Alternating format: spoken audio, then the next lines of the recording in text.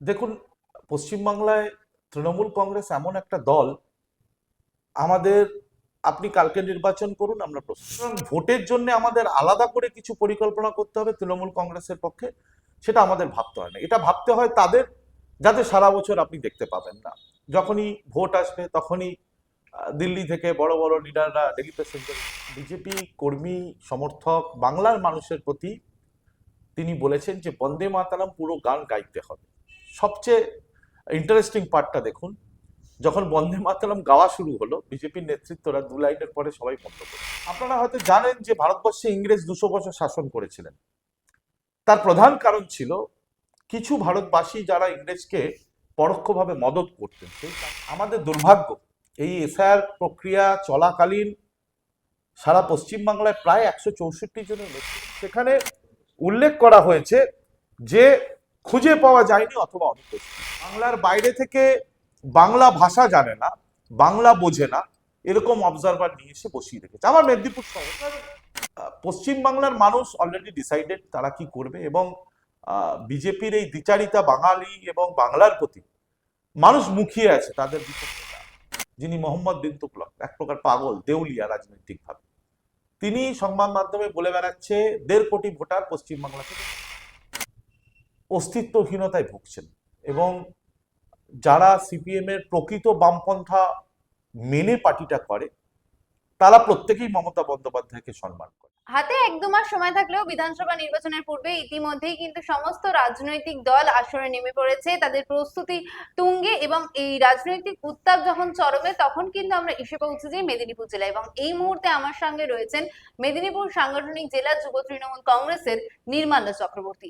তার সাথে কথা বলবো, জানবো এখানে তৃণমূল কংগ্রেসের ভিত কতটা মজবুত, তৃণমূল কংগ্রেসের ভোট কৌশল কি কি রয়েছে। প্রথমে দাদা স্বাগত আপনাকে আমাদের সময় 365 পর্দায়। নমস্কার, আপনাদের সকল দর্শককে আমার পক্ষ থেকে, দলের পক্ষ থেকে অনেক অনেক শুভেচ্ছা, নমস্কার। সবাই ভালো থাকুন, সুস্থ থাকুন। আচ্ছা, প্রথমেই জিজ্ঞেস করব, সামনেই বিধানসভা নির্বাচন, আপনাদের পক্ষ থেকে কি কি ভোট কৌশল নেওয়া হচ্ছে? দেখুন, পশ্চিমবাংলায় তৃণমূল কংগ্রেস এমন একটা দল, আমাদের আপনি কালকে নির্বাচন করুন, আমরা প্রস্তুত। তার কারণ হচ্ছে একটাই, আমরা 365 দিন 24x7 আমরা মানুষের পাশে থেকে কাজ করে আসছি। সুতরাং নির্বাচন আসবে, নির্বাচন হবে, কিন্তু বাংলার মানুষ মমতা বন্দ্যোপাধ্যায়ের উন্নয়নের পক্ষে, মমতা বন্দ্যোপাধ্যায়ের প্রতি বাংলার মানুষের যে আস্থা, ভরসা, বিশ্বাস, সেটা এখনো পর্যন্ত অটুট। এবং আমরা বুথ স্তর থেকে শুরু করে এমএলএ, এমপি, সর্ব ধরনের জনপ্রতিনিধি, সাংগঠনিক পদে থাকা প্রত্যেকেই আমরা প্রতিটি দিন, প্রতিটি সময় আমরা মানুষের পাশে থাকি, মানুষকে পরিষেবা দেওয়ার জন্য আমরা কাজ করে চলেছি। সুতরাং ভোটের জন্য আমাদের আলাদা করে কিছু পরিকল্পনা করতে হবে তৃণমূল কংগ্রেসের পক্ষে, সেটা আমাদের ভাবতে হয় না। এটা ভাবতে হয় তাদের, যাতে সারা বছর আপনি দেখতে পাবেন না। যখনই ভোট আসবে তখনই দিল্লি থেকে বড় বড় লিডাররা ডেলি প্যাসেঞ্জারি শুরু করবে, পরিযায়ী শ্রমিকের মতো, পরিযায়ী পাখির মতো তাদেরকে ভোটের টাইমে দেখা যাবে। তাদের পরিকল্পনা করতে হয়, তাদেরকে মানুষকে মিথ্যে ভুল বোঝানোর পরিকল্পনা নিয়ে মাঠে ময়দানে নামতে হয়। পশ্চিমবাংলার মানুষ, মেদিনীপুর জেলার মানুষ, মেদিনীপুর সাংগঠনিক জেলার মানুষ অত্যন্ত রাজনৈতিক সচেতন। তারা জানে কাকে ভোট দিতে হবে, এবং ভালো থাকার জন্য, পরিষেবা ভালো পাওয়ার জন্য, আরো বেশি করে উন্নয়নের জন্য কার পক্ষে ভোট দেওয়া উচিত বাংলার মানুষ ইতিমধ্যেই সিদ্ধান্ত নিয়ে রেখেছে। আপনি যেমনটা বললেন যে ভোট আসলেই বড় বড় নেতারা দিল্লি থেকে রেলি প্যাসেঞ্জারি করেন, সেরকমই গতকাল অমিত শাহ এসেছিলেন মায়াপুরে, এবং তিনি সেখান থেকে বলেছেন যে তিনি একজন স্বরাষ্ট্রমন্ত্রী হিসেবে নয়, তিনি একজন ভক্ত হিসেবে কথা বলছেন। তো আপনার কি মনে হয় এটা কি শুধুই বার্তা, নাকি ধর্মীয় উদ্বেগে শান দেওয়া? প্রথম কথা হচ্ছে, অমিত শাহ গতকাল বিজেপি কর্মী সমর্থক বাংলার মানুষের প্রতি তিনি বলেছেন যে বন্দে মাতারাম পুরো গান গাইতে হবে। সবচেয়ে ইন্টারেস্টিং পার্টটা দেখুন, যখন বন্দে মাতরম গাওয়া শুরু হলো বিজেপির নেতৃত্বরা দু লাইনের পরে সবাই বন্ধ করে দিল। আর কিছুদিন আগে ভারতবর্ষের প্রধানমন্ত্রী, এটা আমাদের দেশের কাছে লজ্জা যে এরকম একজন প্রধানমন্ত্রী ভারতবর্ষের হয়ে বসে আছেন, যিনি সংসদ ভবনে বন্দে মাতারামের যিনি রচয়িতা, সাহিত্য সম্রাট বঙ্কিমচন্দ্র চট্টোপাধ্যায়, তিনি তাকে বঙ্কিম দা বলে সম্বোধন করছেন। এটা আমাদের বাঙালির কাছে অত্যন্ত মানে আবেগপ্রবণ একটা বিষয়। এবং আমি তো বারংবার একই কথা বলে এসেছি, আপনাদের চ্যানেলের মাধ্যমেও আমি অনুরোধ করব, আপামর বাঙালির কাছে অনুরোধ করব, যে বাঙালি যদি এখন না জাগেন, যেভাবে কেন্দ্রীয় সরকার, নির্বাচন কমিশন, ইডি, সিবিআই, ভারতবর্ষের প্রধানমন্ত্রী, ভারতবর্ষের স্বরাষ্ট্রমন্ত্রী, ভারতবর্ষের প্রত্যেক মন্ত্রিসভার সদস্য বাংলাকে চেপে ধরার চেষ্টা করছে, বাঙালির কৃষ্টি সংস্কৃতি ধ্বংস করার যে ঘৃণ্য চক্রান্ত তারা করছে, এর বিরুদ্ধে সমস্ত বাঙালিকে এক হতে হবে। আপনারা হয়তো জানেন যে ভারতবর্ষে ইংরেজ 200 বছর শাসন করেছিলেন।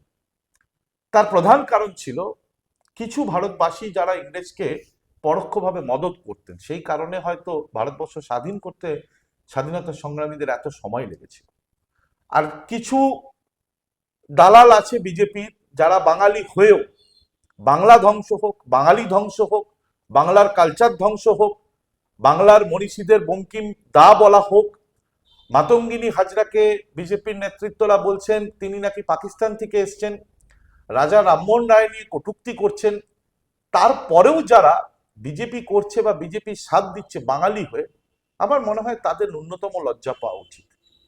যেখানে বাঙালি, বাংলার আবেগের ব্যাপার আছে, এবং সেটাকে যে পার্টিটা বারংবার আঘাত করার চেষ্টা করছে, বাঙালির মনীষীদের অপমান করছে। বাংলায় 2026 সালে নির্বাচন, 24 বছর পর নির্বাচন কমিশনের ঘুম ভেঙেছে যে নির্বাচনের আগে পশ্চিমবঙ্গে এসআইআর করতে হবে। আরো তো 5টা রাজ্যে নির্বাচন আছে, আসামে তো নির্বাচন, পাশের রাজ্য, কই সেখানে তো বিজেপি শাসিত, সেখানে তো এসআইআর করছে না। এবং আমাদের দুর্ভাগ্য, এই এসআইআর প্রক্রিয়া চলাকালীন সারা পশ্চিমবাংলায় প্রায় 164 জনের মৃত্যু হয়েছে। তার মধ্যে বিএলওরাও আছেন যারা সুইসাইড নোট লিখে মৃত্যুবরণ করেছে, বলেছে নির্বাচন কমিশনের এই চাপ তারা নিতে পারছেন না। এবং আমি আপনাকে, আমার মোবাইলে একটি নথি আছে, আমি মেদিনীপুর শহরের বাসিন্দা, আপনাকে একটি ফর্ম আপনার ক্যামেরার মাধ্যমে দেখাচ্ছি, আমি নামটা নিচ্ছি না। ইনি একজন মহিলা, আমার মেদিনীপুর শহরের 2 নম্বর ওয়ার্ডের উনি বাসিন্দা। উনি এনুমারেশন ফর্ম ফিল আপ করেছিলেন, সেটা রিসিভ পর্যন্ত হয়েছিল, এই সেই ফর্ম আপনারা দেখতে পাচ্ছেন। এর পরবর্তী ক্ষেত্রে যখন ডিলিটেশন লিস্ট বেরিয়েছে, সেই ডিলিটেশন লিস্টে 2য় নম্বরে তার নাম, ডিলিটেশন লিস্ট 2য় নম্বরে সেই নামটাই আপনারা দেখতে পাবেন। সেখানে উল্লেখ করা হয়েছে যে খুঁজে পাওয়া যায়নি অথবা অনুপস্থিত। তৃণমূল কংগ্রেস, তার নেত্রী মমতা বন্দ্যোপাধ্যায়, আমাদের দলের সর্বভারতীয় তৃণমূল কংগ্রেসের সাধারণ সম্পাদক অভিষেক বন্দ্যোপাধ্যায় বারংবার বলেছেন যে তৃণমূল কংগ্রেস এসআইআর এর বিপক্ষে নয়, কিন্তু যে কম সময়ের মধ্যে এসআইআর প্রক্রিয়া নির্বাচন কমিশন বিজেপির অঙ্গুলি হেলনে পশ্চিমবাংলায় ইমপ্লিমেন্টেশন করতে চেয়েছে, তৃণমূল কংগ্রেস সেটার বিরোধিতা করেছে।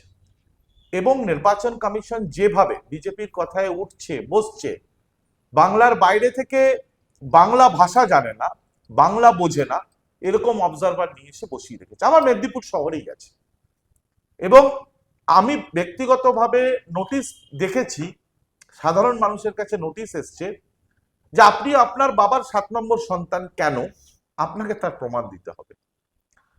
আমার ওয়ার্ডে 2 নম্বর ওয়ার্ডে 70 বছরের বৃদ্ধাকে হিয়ারিং এর চিঠি দিয়ে ডাকা হয়েছে। 2002 সালে আপনার যে নাম ছিল সেখানে কুমার ছিল না, বর্তমানে আপনার নাম এবং টাইটেলের মাঝখানে কেন কুমার? যারা বাংলা বোঝে না তাদেরকে নিয়ে এসে, বাংলা ভাষা বোঝে না, বাঙালি কোনো মহিলার যদি বিয়ে হয়, বিয়ের পরে তার টাইটেল চেঞ্জ হয়, কেন টাইটেল চেঞ্জ হবে তার জন্য তার কাছে নোটিশ। যেভাবে বিজেপি নির্বাচন কমিশনকে কাজে লাগিয়ে বৈধ ভোটারদের বাদ দেওয়ার একটা চক্রান্ত করেছিল, এবং নির্বাচন কমিশন ভুলে গেছে যে এটা পশ্চিমবাংলা, এটা বিহার বা উড়িষ্যা নয় বা দিল্লি নয়, এবং এখানে মুখ্যমন্ত্রীর নাম মমতা বন্দ্যোপাধ্যায়, যিনি কিছুদিন আগে আপনারাও দেখেছেন সুপ্রিম কোর্টে দাঁড়িয়ে তার পশ্চিমবাংলাবাসীর জন্য তিনি সওয়াল পর্যন্ত করে এসেছেন, এবং সেই ন্যায্য সওয়ালের মান্যতা সুপ্রিম কোর্টকেও দিতে বাধ্য হয়েছে। সুতরাং পশ্চিমবাংলার মানুষ অলরেডি ডিসাইডেড তারা কি করবে, এবং বিজেপির এই দ্বিচারিতা বাঙালি এবং বাংলার প্রতি মানুষ মুখিয়ে আছে তাদের বিপক্ষে ভোট দেওয়ার জন্য। আপনি যেমনটা বললেন যে তৃণমূল কংগ্রেস কখনোই এসআইআর এর বিপক্ষে নয়, কিন্তু বিরোধীরা বলছে এই এসআইআর ইস্যু তৃণমূলের কাছে মাথা ব্যথা। তো এই ইস্যু কি কোনোভাবে ভোট সমীকরণ বদলাবে? তৃণমূলের কাছে তো মাথা ব্যথা অবশ্যই। একটা লোককে নোটিশ দিচ্ছে, হিয়ারিং এর জন্য ডাকছে, ম্যাপিং ভোটার, তারপরেও তাদেরকে নোটিশ করছে, চক্রান্ত করছে। তো বিজেপি চক্রান্ত করতে চাইছে, 1.5 কোটি বৈধ ভোটারকে বাদ দেওয়ার চক্রান্ত করছে। আপনারা ইতিমধ্যে সংবাদ মাধ্যমে মাস 3 আগে, এসআইআর শুরুর আগে, বিরোধী দলনেতা যিনি মোহাম্মদ বিন তুগলক, এক প্রকার পাগল দেউলিয়া রাজনৈতিকভাবে, তিনি সংবাদ মাধ্যমে বলে বেড়াচ্ছে 1.5 কোটি ভোটার পশ্চিমবাংলা থেকে বাদ দেবেন নির্বাচন কমিশন এসআইআর করলে। এখানে নাকি রোহিঙ্গা আছে, এখানে নাকি বাংলাদেশিরা আছে। আমি আপনাদের চ্যানেলের মাধ্যমে কিছুদিন আগে আপনারা দেখেছেন যে পূর্ব মেদিনীপুরে 2002-এর যে ভোটার লিস্ট, সেখানে শুভেন্দু অধিকারীর বাবার নামে লেখা আছে শিশির কুমার অধিকারী। বর্তমান যে ভোটার কার্ড তাতে লেখা আছে শিশির অধিকারী। নির্বাচন কমিশন কিন্তু তার বাবাকে হিয়ারিং এ নোটিশ করে ডাকেননি, কারণ তিনি তো বিজেপি করেন। বিজেপি তো ওয়াশিং মেশিন। আপনি দুর্নীতি করবেন, বিজেপিতে যাবেন, ওয়াশড হয়ে আপনি ফ্রেশ হয়ে বেরিয়ে যাবেন। আপনার নামের বানান ভুল থাক, আপনার বাবার নামের বানান ভুল থাক, আপনি কারোর 6 নম্বর সন্তান হন, 7 নম্বর সন্তান হন, আপনি যদি বিজেপি করেন আপনি পার পেয়ে যাবেন। পশ্চিমবাংলার মানুষের আপামর জনসাধারণের পাশে তৃণমূল কংগ্রেস দাঁড়িয়েছে। আমাদের মাথা ব্যথার কারণ একটাই, পশ্চিমবাংলা থেকে বিজেপি নির্বাচন কমিশনকে ব্যবহার করে যে বৈধ ভোটারদের নাম বাদ দেওয়ার চক্রান্ত করেছিল, তৃণমূল কংগ্রেসের সর্বস্তরের সৈনিকরা মাঠে নেমে সেই চক্রান্তে এক প্রকার জল ঢেলে দিয়েছে। যা আপনি যুব তৃণমূলের সদস্য, আর অপরদিকে সিপিএম এরই যে যুব নেতা ছিল প্রতীকুর রহমান, তিনি সদ্যই সদস্যপদ ছেড়েছেন। এবার তার মুখে শোনা যাচ্ছে মমতা ব্যানার্জির প্রশংসা। তিনি বলছেন সুপ্রিম কোর্টে মমতা ব্যানার্জি যে লড়াই করেছেন তা প্রশংসনীয়। এ বিষয়ে কি বলবেন? দেখুন, কিছুদিন আগে মমতা বন্দ্যোপাধ্যায় একটা টিভি চ্যানেলে প্রতিবেদন করছিলেন। আমি পুরো প্রতিবেদনটা নিজে শুনেছি এবং পরবর্তী ক্ষেত্রে আমার ফেসবুকেও আমি পোস্ট করেছিলাম। পশ্চিমবাংলায় মমতা বন্দ্যোপাধ্যায় এমন একজন নেতৃত্ব, যিনি লোকসভাতে সাংসদ হিসাবে প্রায় 35 বছর কাজ করেছেন। পশ্চিমবাংলায় মুখ্যমন্ত্রী জ্যোতি বসু, বুদ্ধদেব ভট্টাচার্য, প্রফুল্ল সেন, ওদিকে ভারতবর্ষের প্রধানমন্ত্রী রাজীব গান্ধী থেকে শুরু করে অনেকের সাথে তিনি কাজ করেছেন, এবং তার যে দীর্ঘ রাজনৈতিক জীবন, যে অভিজ্ঞতা, এটা পশ্চিমবাংলায় দ্বিতীয়, তৃতীয়, চতুর্থ এবং আপ টু 100 পর্যন্ত কেউ নেই। 1 থেকে 100 পর্যন্ত যদি এই অভিজ্ঞতা সম্পন্ন কেউ থাকে, তিনি হচ্ছেন মমতা বন্দ্যোপাধ্যায়। আর মমতা বন্দ্যোপাধ্যায় 2011 সালে জিতে আসার পরে বলেছিলেন যে আমরা বদল চাইছি, আমরা বদলা চাইছি না, এবং সেই মতো রবীন্দ্রসঙ্গীত বেজেছে, নজরুল গীতি বেজেছে। সিপিএম এর কিছু নেতৃত্ব, যারা 2011 সালের পর নিজেদের অস্তিত্ব বাঁচানোর লক্ষ্যে বিভিন্ন জেলায় বিভিন্ন, যারা তাদের নিচুতলার কর্মীদেরকে এক প্রকার নির্দেশক্রমে বিজেপিতে ঠেলে দিয়েছিলেন, এবং তার ফলস্বরূপ 2019 সালে আপনারা দেখেছিলেন যে সমস্ত জায়গায় সিপিএম এর 50,000, 40,000 ভোট ছিল, সেই ভোটগুলো কমে 5,000, 2,000, 3,000-এ দাঁড়িয়েছিল। সিপিএম অস্তিত্বহীনতায় ভুগছেন, এবং যারা সিপিএম এর প্রকৃত বামপন্থা মেনে পার্টিটা করে, তারা প্রত্যেকেই মমতা বন্দ্যোপাধ্যায়কে সম্মান করে। যিনি মমতা বন্দ্যোপাধ্যায়ের প্রশংসা করেছেন তিনি একা নয়। আগামী দিনে দেখবেন আরো বামপন্থী মনোভাবাপন্ন মানুষ, যারা বাংলার ভালো চায়, যারা বাঙালির ভালো চায়, যারা সত্যিকারের বামপন্থা মেনে চলে, তারা আগামী দিনে মমতা বন্দ্যোপাধ্যায়ের যে উন্নয়ন, সেই উন্নয়নে সামিল হবে। বাংলারই এক সংবাদ মাধ্যমের পক্ষ থেকে মোহাম্মদ সেলিমকে প্রতীকুর রহমানকে নিয়ে প্রশ্ন করা হলে তিনি সেই সাংবাদিককে কলার খোসা দেখান। এই বিষয়টাকে আপনি কিভাবে দেখছেন?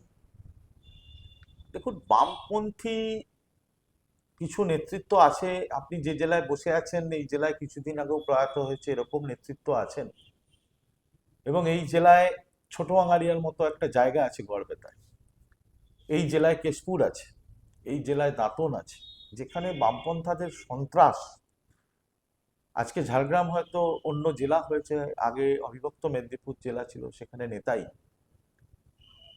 বামপন্থাদের যে সন্ত্রাস, বামপন্থী নেতৃত্বদের যে সন্ত্রাস, সাধারণ মানুষদের ওপর যে নিপীড়ন, অত্যাচার, খুন, এক একটা ঘটনা আজকের দিনেও স্মরণ করলে গা শিউরে ওঠে। গড়বেতার ছোট আঙারিয়াতে ভক্তার মণ্ডলের বাড়ি বাইরে থেকে শিকল তুলে আগুন লাগিয়ে দেওয়া হয়েছে। নেতাইতে 14 জনকে দিনের আলোতে গুলি করে মেরে দেওয়া হয়েছিল। মেদিনীপুর জেলা পার্টি অফিস তখন এলআইসিতে, কেশপুর থেকে ট্রাক্টরে করে বডি আসছে, সিপিএম এর সন্ত্রাসে যাদের বডি আসছে, কারো হাত আছে তো পা নেই, পা আছে তো দেহের ক্ষতবিক্ষত হয়ে আসছে। সুতরাং যারা এই সন্ত্রাস করে এসছে, যারা এই সন্ত্রাসে মদত দিয়ে এসছে, তাদের মুখে সাংবাদিকদের কলার খোসা দেখানো, ব্যঙ্গ করা, এটাই ওদের রীতি, এটাই ওদের নীতি। কারণ বাংলার মানুষদের তারা কোনোদিনও মানুষ বলে মনে করেনি। পুলিশি অত্যাচারের যদি সবচেয়ে বেশি নিদর্শন থেকে থাকে সেটা বামপন্থী পিরিয়ডে হয়েছে, এবং তাদের কাছ থেকে এর চেয়ে ভালো ব্যবহার সাংবাদিকরা আশাও করতে পারেন না, সাধারণ মানুষও আশা করতে পারেন। আচ্ছা, এটা খবর শোনা যাচ্ছে যে যদি প্রতীকুর রহমান তৃণমূল কংগ্রেসে যোগদান করেন তাহলে মগরাহাট থেকে প্রার্থী হিসেবে দাঁড়াতে পারেন, এই সম্ভাবনাটা কতটা জোরালো বলে মনে হচ্ছে? দেখুন, দলটার নাম তৃণমূল কংগ্রেস, নেত্রী মমতা বন্দ্যোপাধ্যায়, নেতা অভিষেক ব্যানার্জি। বিজেপির লিস্ট জানাজানি হয়ে যাবে, সিপিএম এর লিস্ট জানাজানি হয়ে যাবে, কিন্তু তৃণমূল কংগ্রেসের লিস্ট ওইভাবে জানাজানি হয় না। কে প্রার্থী হবেন ঠিক করবেন সর্বোচ্চ নেত্রী মমতা বন্দ্যোপাধ্যায় এবং অভিষেক বন্দ্যোপাধ্যায়। সঠিক সময় তৃণমূল কংগ্রেস তার প্রার্থী তালিকা বের করবেন, সেই মতো তৃণমূল কংগ্রেস ভোটে নামবেন। সুতরাং জল্পনা অনেক কিছু থাকতে পারে, কিন্তু সিদ্ধান্ত মমতা বন্দ্যোপাধ্যায় এবং অভিষেক বন্দ্যোপাধ্যায়ের বাইরে কেউ নেওয়ার মতো নেই। আপনার কি মনে হয় নন্দীগ্রাম থেকে কি এবার অভিষেক বন্দ্যোপাধ্যায় দাঁড়াবেন, যেটা শোনা যাচ্ছে? তিনি তো সাংসদ, তিনি ঠিক করবেন তিনি কোথা থেকে দাঁড়াবেন, দাঁড়াবেন কি না, এটা পুরোপুরি ওনার ব্যক্তিগত ব্যাপার। কিছুদিন আগে একটা সংবাদ মাধ্যমে উনি বলেছেন যে দল ওনাকে যে দায়িত্ব দেবে তিনি সেটা পালন করবেন, এবং সেটা তিনি করে দেখিয়ে এসেছেন। 2021 সালের যে নির্বাচন তৃণমূল কংগ্রেস ফেস করেছিলেন, যার নির্বাচনী বৈতরণীর মূল কাণ্ডারি ছিলেন অভিষেক বন্দ্যোপাধ্যায়, যার কাঁধে ভর করে তৃণমূল কংগ্রেস 21 সালে তৃতীয়বারের জন্য মমতা বন্দ্যোপাধ্যায় মুখ্যমন্ত্রী হয়েছেন। সুতরাং অভিষেক বন্দ্যোপাধ্যায় দলের সাধারণ সম্পাদক, কিন্তু দলের বাইরে তিনি কথা বলেন না। তিনি দল যখন তাকে যে দায়িত্ব দিয়েছেন তিনি সেটা নিষ্ঠার সাথে, সততার সাথে পালন করে চলেছেন। সুতরাং দল ওনাকে যে দায়িত্ব দেবেন তিনি সেটা পালন করবেন। বিরোধী দলনেতার কথায় এবার 77 থেকে 177টা আসন নিয়ে তিনি বিধানসভায় বুক ফুলিয়ে ঢুকবেন, এই আত্মবিশ্বাসকে কিভাবে দেখছেন? পাগল কিনা বলে ছাগল কিনা খায়, মাথা খারাপ হয়ে গেছে অ্যাকচুয়ালি। আপনি একটা কথা বলুন তো আমাকে, আপনি এখানে বসে আছেন, আপনাকে যদি আমি বলি জয় বাংলা, আপনি কি পাগলামি করবেন? আপনি তো বাংলার মানুষ, আপনাকে যদি আমি বলি জয় বাংলা, আপনি তো পাগলামি করবেন? তাহলে শুভেন্দু অধিকারীর গায়ে কি রক্ত আছে যে জয় বাংলা শুনলে তাকে মারতে যাচ্ছে, পাপ্পা তুলে খিস্তি খামারি করছেন, মহিলারা বললে তাদেরকে কটূক্তি করছেন? আমার মনে হয় রাজনৈতিকভাবে দেউলিয়া সবচেয়ে বেশি যদি উদাহরণ ভারতবর্ষের রাজনীতিতে কেউ থাকে, তার নাম শুভেন্দু অধিকারী। এবং তৃণমূলে থাকাকালীন যেভাবে বিভেদের রাজনীতি করতেন, আজকে বিজেপিতে গিয়ে তিনি সেম স্ট্রাকচার চালু করেছেন, এবং দলের ভেতরে তিনি ইতিমধ্যেই অনেকটা কোণঠাসা হয়ে গেছেন। আগামী দিনে বিরোধী দলনেতার তকমা বিজেপির কাছে থাকবে না অন্য পার্টির কাছে যাবে, সেটা নিয়ে আগে ওদেরকে ভাবতে বলুন। 100 তো অনেক দূরের ব্যাপার, 50 পেরোক তারপরে কথা হবে। হুমায়ুন কবির আবার বলেছেন যে মমতা বন্দ্যোপাধ্যায় 146টা আসন পাবেন এবং তার যে নতুন দল সেটা 100টা আসন পাবে, বিজেপির সংখ্যা কমবে, এই সমীকরণটা নিয়ে কি বলবেন? কে উনি, ওনার কথার উত্তর কে দেবে তৃণমূল কংগ্রেসের? আমার তো মনে হয় না। শুনুন, ভোট যখন আসে তখন অনেকে দলকে ব্ল্যাকমেল করার চেষ্টা করে, কিন্তু তৃণমূল কংগ্রেস মানুষের তৈরি দল, একটা শক্তপোক্ত জায়গায় দাঁড়িয়ে থাকা পশ্চিমবাংলার বুকে একটা রাজনৈতিক দল। কোনো ব্ল্যাকমেলের কাছে তৃণমূল কংগ্রেস নতি স্বীকার করবে না। তার প্রকৃষ্ট উদাহরণ আপনি যার নাম নিলেন তিনি। আমাদের আজকে শেষ প্রশ্ন, আসন্ন বিধানসভা নির্বাচনে রাজ্যে তৃণমূল কংগ্রেস কতটা আসন পেতে পারে বলে মনে হচ্ছে? দেখুন, আমি তো রাজনৈতিক জ্যোতিষ নয়, কিন্তু বিশ্বাস সারা পশ্চিমবাংলা জুড়ে যেভাবে তৃণমূল কংগ্রেসের হাওয়া, মমতা বন্দ্যোপাধ্যায়ের সরকারের 15 বছরের উন্নয়ন এবং সর্বোপরি যুবসাথী প্রকল্প, যেটা ভারতবর্ষের কোনো রাজ্যে আছে বলে তো আমার মনে হয় না। যারা লক্ষ্মীর ভান্ডারকে কিছুদিন আগে ভিক্ষা বলছিল, যে মমতা বন্দ্যোপাধ্যায় 1000 টাকা থেকে 1500 টাকা লক্ষ্মীর ভান্ডার করেছেন, এটা ভিক্ষা দিচ্ছেন, তাদেরই নেতারা আবার বলছে যে আমরা ক্ষমতায় এলে 3000 করে দেবো। আমি সেই নেতাদের বলছি, সেন্ট্রাল গভর্নমেন্টে তো আপনারা আছেন, সারা ভারতবর্ষে 3000 টাকা করে মহিলাদের দিন না। পশ্চিমবাংলার মহিলা তো 3+1.5 4500 টাকা করে পাবে। যেখানে সরকারে আপনারা আছেন, ভারতবর্ষের সরকারে, সেই সরকারকে ঘোষণা করতে বলুন না যে সারা ভারতবর্ষের মহিলারা 3000 টাকা করে পাবে। সেই দম তো নেই। বিহারে 10,000 টাকা করে মহিলা ভাতা দেবে বলেছিল। আজকের ডেটে মহিলা ভাতা তো দূরের কথা, এসএইচজি গ্রুপের লোন দিচ্ছে, দিয়ে বলছে এই লোন পরিশোধও করতে হবে। এরা রাজনৈতিকভাবে দেউলিয়া হয়ে যাওয়ার ফলে যেভাবে মিথ্যা প্রতিশ্রুতি ঝুড়ি গত 2021 সালে বলেছে, 24 সালে বলেছে, মানুষ, পশ্চিমবাংলার মানুষ সেটা বিশ্বাস করেনি। এবং যুবসাথী প্রকল্প, লক্ষ্মীর ভান্ডার এবং 67টা প্রকল্প মমতা বন্দ্যোপাধ্যায় ছিল, তার সাথে নতুন পালক সংযোজিত হলো যুবসাথী। যুবসাথী নিয়েও কটাক্ষ। আরে যুবসাথী, মুখ্যমন্ত্রী তার মস্তিষ্ক প্রসূত একটি প্রকল্প, যেখানে যুবকদের তিনি সুযোগ দিয়েছেন যে 21 থেকে 40 বছরের যুবকরা যারা চাকরির জন্য অ্যাপ্লাই করবে, তাদের অ্যাপ্লিকেশন জমা দেওয়ার সময় 200 টাকা লাগে, 150 টাকা লাগে, 300 টাকা লাগে। বেসরকারি পরীক্ষার ক্ষেত্রে ফর্ম ফিল আপ করতে হয়, জেরক্স করতে হয়, তার তো একটা খরচা আছে, সেটা সরকার বহন করছে, যাতে তারা আগামী দিনে বিভিন্ন পরীক্ষায় বসতে পারে, সফলতা লাভ করতে পারে। তার খরচাটা জোগানোর চেষ্টা করছে, তাকে উৎসাহিত করছে, সেটাতেও তাদের গা জ্বালা। আমি আপনাকে ভবিষ্যৎবাণী করব না, কিন্তু আমার বিশ্বাস আগামী 2026-এর যে নির্বাচন হতে চলেছে, তাতে তৃণমূল কংগ্রেস 250-র বেশি সিট নিয়ে মমতা বন্দ্যোপাধ্যায় চতুর্থবারের মুখ্যমন্ত্রী হওয়া শুধুমাত্র সময়ের অপেক্ষা। অসংখ্য ধন্যবাদ। আপনারা